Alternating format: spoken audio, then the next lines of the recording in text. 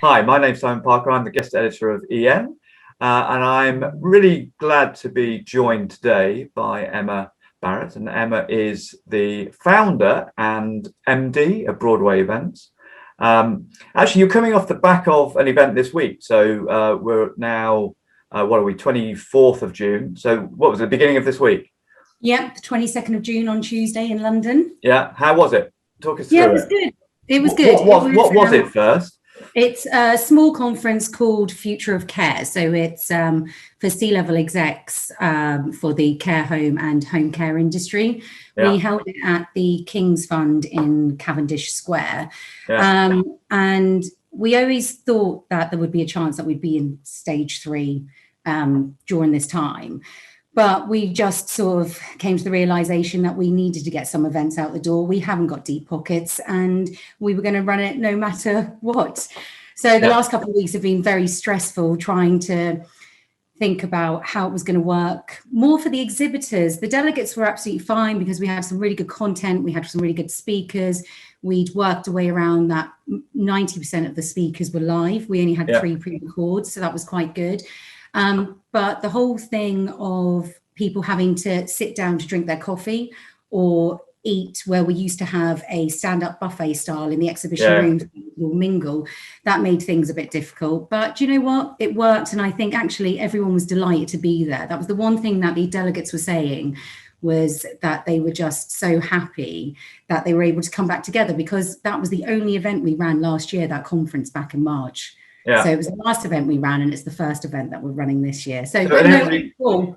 Yeah, and so did it feel normal in the end? Yeah, as normal as it could be. You know, we worked really hard with asking all the delegates and the exhibitors to test before they came.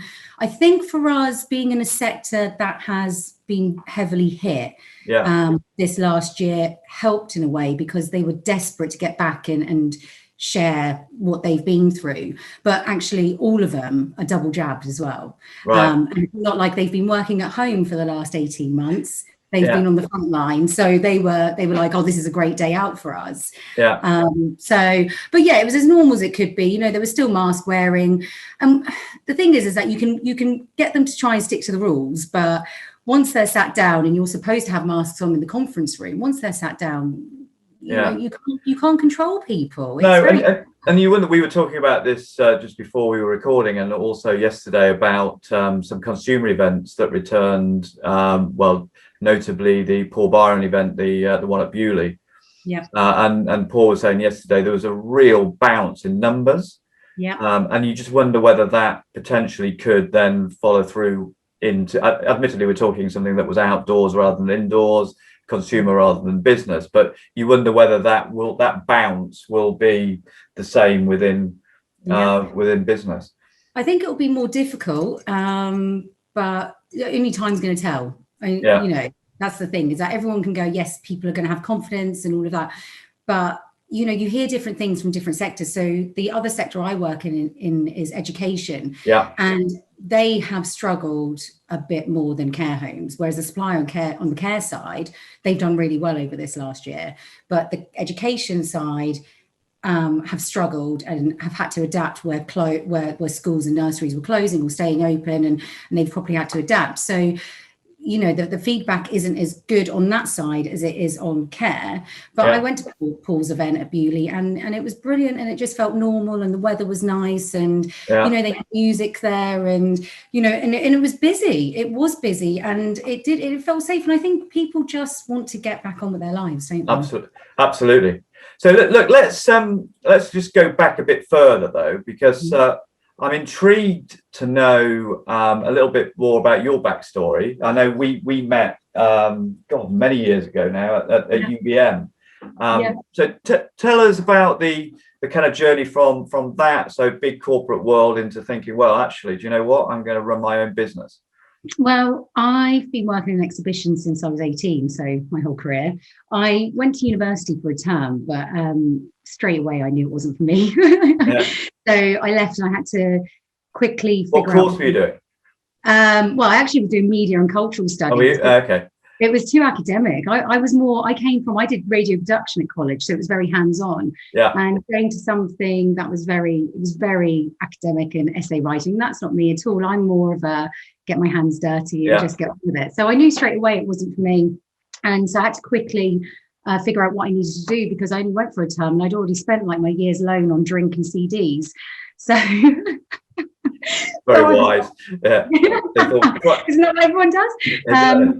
So I basically just sent my CV in. I just created this CV and just sent it into lots of companies that weren't hiring in the hope that someone might like me, and managed to get a job at a company called Capital Corporate Events.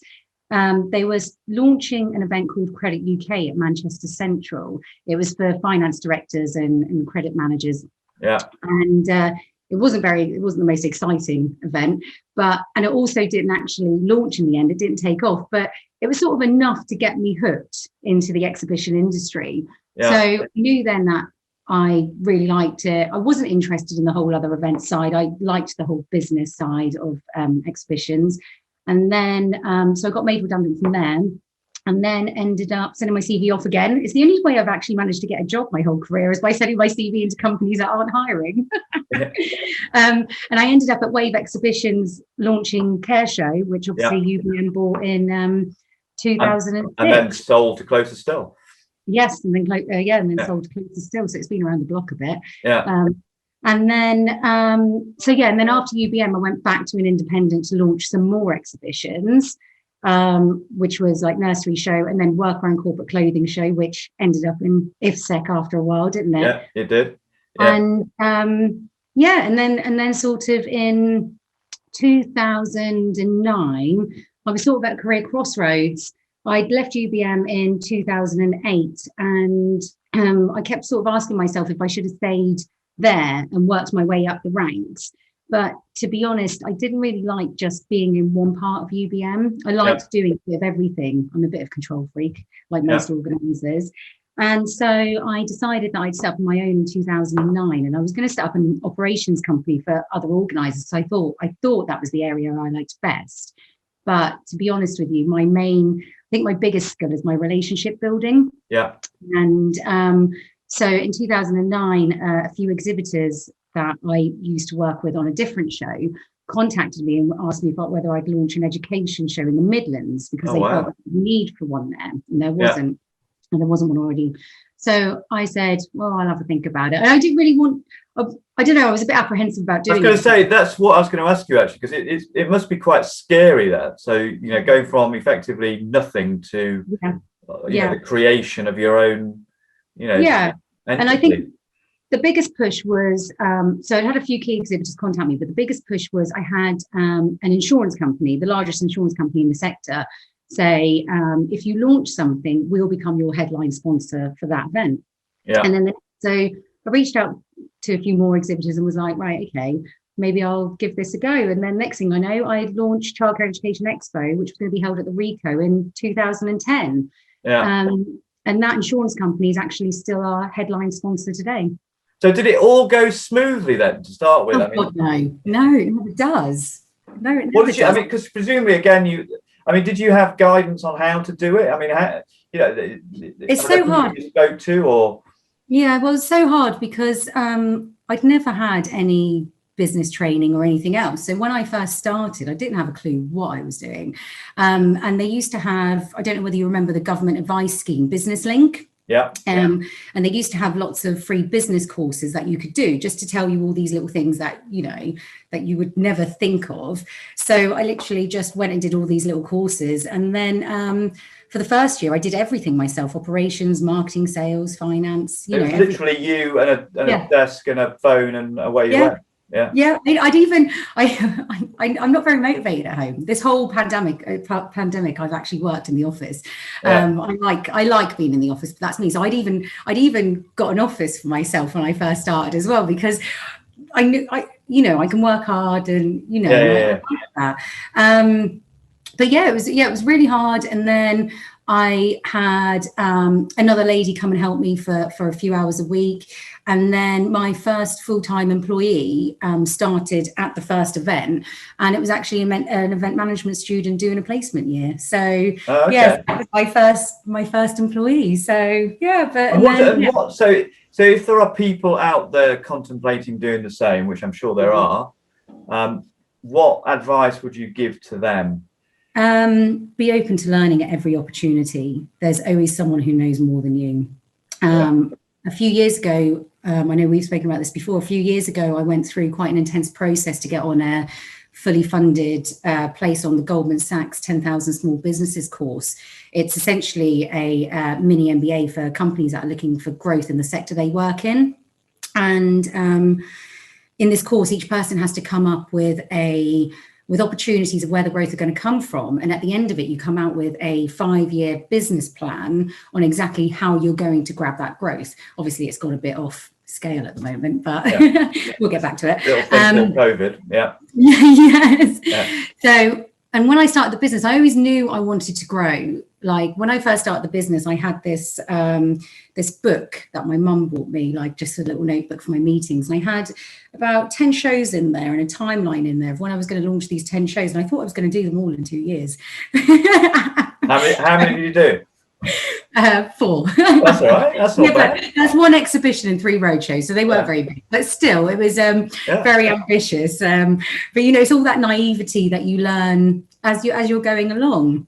But obviously, so I always knew I wanted to grow, and I didn't know how to, and that course just helped give me a clear path on how I needed to do that, and it's definitely helped me over these last 18 months get through it, I think. Yeah, because I guess that was my other question actually when you were talking is the motivation for why you do it, because you could, there's lots of things you could do. You could go back to working for a big company or whatever, but what is it that kind of keeps you fired up and motivated through this? Because the last 18 months must have been pretty difficult. Yes, it's been a very emotional 18 months, very emotional. It's just, there's some days when you just don't want to get out of bed, but you just have to just to get shit done and show your team that you've got the strength to show them that we can get through it. Yeah. But it's just the passion. I love exhibitions. I love bringing people together. I love just those relationships, seeing those relationships build.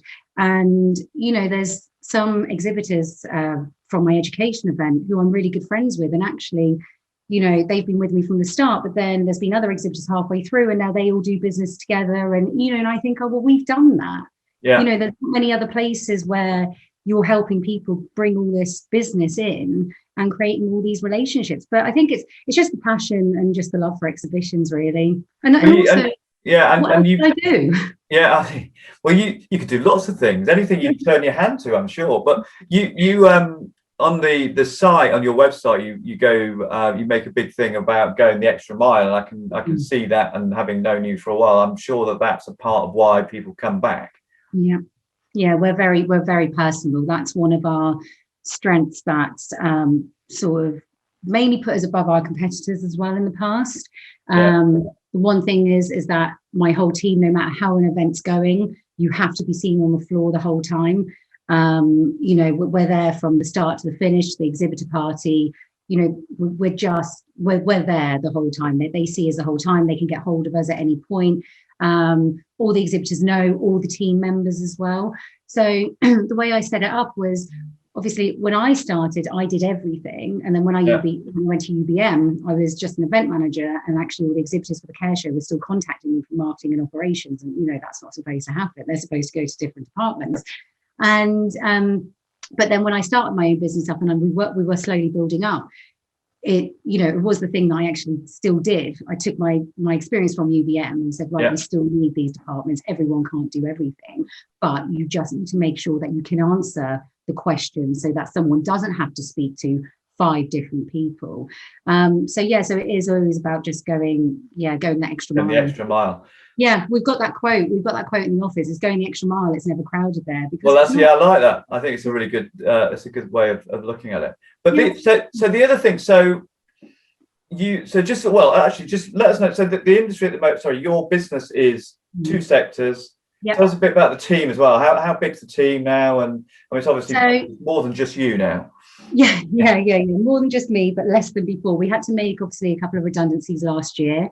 But we've got sales, marketing, ops, projects, and we've also got a Kickstarter in as well. So the government scheme, we took advantage of the Kickstarter. So we've got an events and marketing assistant for that.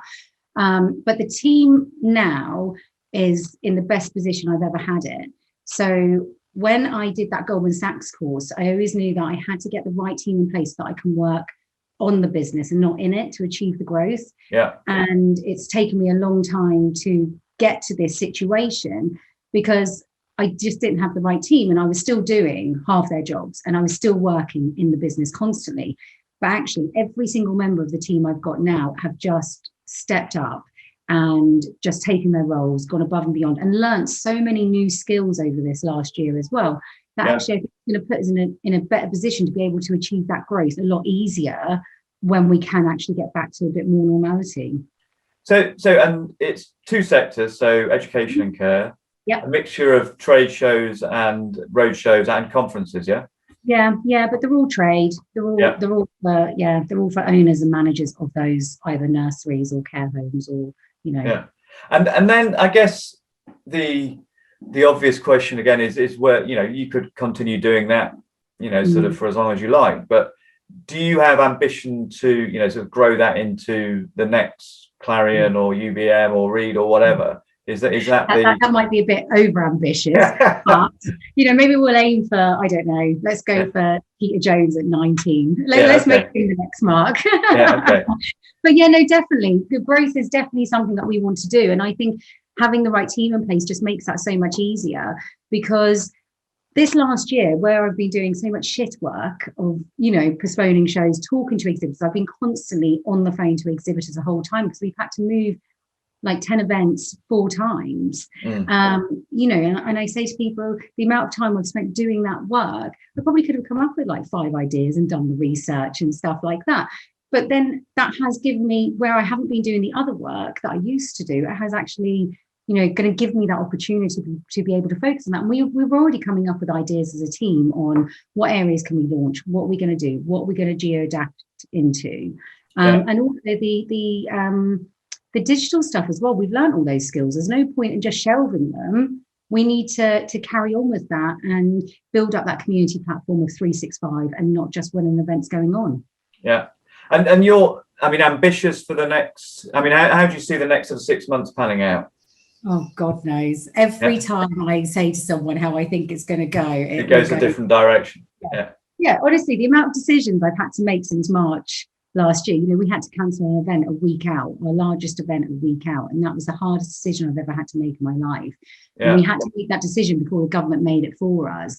But and then you go, yes, we'll be back in September, we'll be back here, we'll be back then, but it's just so hard. So for the next 6 months, what we're doing is we're running, we've got 1 exhibition in September, we've got another 4 road shows and then another conference, and we're making sure that all these events that we can run under step 3. Because we need to carry on. We need to just carry on. So we need to do it the best we can. And those are the ones we can run under step 3. And then we can't, we've moved to 2022, just because it's about being more cautious, but still trying to get the business out there. Okay. And also you've been involved with Women in Exhibitions. Tell us a little bit about that. I spoke to Laurie just recently and did a piece with her, but it'd be good to get your take as well, and it seems to be gaining in momentum and doing a really good job. Yeah, no, definitely. Clarion have just signed up as well, and actually they've one of their marketing ladies, Sarah, is going on to the project management group as a volunteer to try and help get the message out, because Women in Exhibitions is brilliant. We've worked so hard over these last 18 months as well to try and get it where it is now. And there's 4 things that we're focusing on: education, networking, mentoring, and career development. I was a big pusher for mentoring because I just love mentoring. I think you can get so much out of it. I love learning from others. And every time I speak to someone or go to a networking event, I always come back with some new information that's going to help me in the future. Yeah. And I think it's good just to be able to encourage others to be able to do the same. Yeah. So one of the reasons, obviously, I joined the AEO back in 2016 when I was a bit smaller, was I joined on the enterprise membership, which is still available now, but it just made it a bit more accessible into the tools that the AEO can help you with and the support. And as part of that, you've got a mentorship scheme, which I chose Andrew Evans. Yeah. And that's been invaluable for me and really helped me. And despite that, you're still doing all right. I mean, that's amazing. I love Evans. Yeah. But I'm also taking part in the mentorship scheme as a mentor, but then I've also chosen Simon Foster as my mentor within this scheme as well. I've heard of him as well.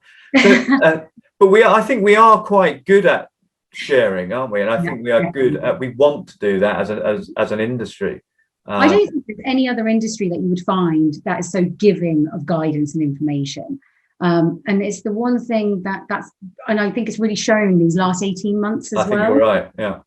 Like, in March, the week before I had to cancel that event, I was on the phone to people most nights, mainly in tears, going, what do I do? Because it's really hard being a small business because the final decision stops with me. And when you don't have that support around you of the boards or, a management team, it's really tough. Yeah. And so I reached out a lot to different people in the sector. And, and everyone was just so helpful. But ultimately the decision still came down to me and I had to live with those decisions. But it does make things a lot easier if you can reach out to people. Yeah, and you hope that kind of togetherness, if you like, and that support network is something that will continue. Well, obviously you're doing that within Women in Exhibitions. Yes. Yeah. But I mean, more generally, I think what has happened through COVID is that network has strengthened, and you hope that will continue in peak time, as they say. But and Women in Exhibitions as well, it's definitely opened up relationships for me that I mightn't have had before, like where I mightn't have met these people, because actually you have a certain group of people that you meet at the conference or the awards at these networking events. Yeah. And then sometimes it's hard to meet people in different stages of their career. And so Women in Exhibitions has been really good for that. And then it's helped me cement some brilliant relationships over this last 18 months. Everyone just wants to help each other. It sounds so cliche, doesn't it? But it is actually true. When we've all been through the same thing. But I think also you have a very positive and also engaging way about you as well. So I think that has, that's clear in the way that you work. But to be fair, I've seen that across the industry throughout the last 18 months, which is great to see. So we talked a bit about legacy, and you talked about all the learning around digital and the fact that obviously that's going to, that's a massive potential, for lots of businesses. Do you see the kind of makeup of revenue change for you guys, and do you see that, sort of migrating more digitally over the next sort of 6 months, or will you at your heart be an event business? No, you're never going to make the sort of money you make on digital that you do on a live event. And even though we ran 7 conferences over the last 18 months, and our sectors, they loved them, but the feedback was they can't wait to get back to face to face. So what we're thinking of doing is incorporating it. So say for us, we wouldn't be able to essentially run a hybrid event, because actually we have our seminars on the floor, and trying to get all the technology and everything else, it would just be too out of our budget to be able to do it. So what we've decided we're going to do is utilize the speakers that we have at our live events to run some digital events as well, and then just create and just keep using our platform that we've been doing for the 7 years, so that people have got that choice. If the event is too far for them or they can't make it for some reason, then they can still see those same seminar topics. So that's the route that we're going to go down, just to make it more accessible to people. But I can't really see virtual events taking over from live. I can't see it at all. So when is your next live event? September, you say? No, I've got one 13th of July in Liverpool. Yeah. Hopefully. Just be 6 days before. Yes, again, one of these just our smaller road shows, so we can do it. It's just Yeah, it's just difficult because you just have to think about everything that you know, the one-way systems, the extra hygiene, you know, all this stuff, and extra things come up. So many extra things came up on Tuesday that we weren't expecting, but we do what we do, don't we? We just get on with it and deal with it. Yeah, which is an appropriate time to finish, actually, because I think, you know, what has come over from this, and also my other interactions with you over many years, is just the resilience, but also the positivity around everything, which is, and you know, that is a massive quality to have, I think. And I'm sure the business will go from strength to strength. Good luck on the 13th of July. Thank you. And, you know, hopefully see you at a face-to-face event coming soon. Yeah, I'll be the drunk one in the corner somewhere. Lovely, thank you. Emma Barrett, you've been an absolute star. So thank you very much for your time. Right, thank you.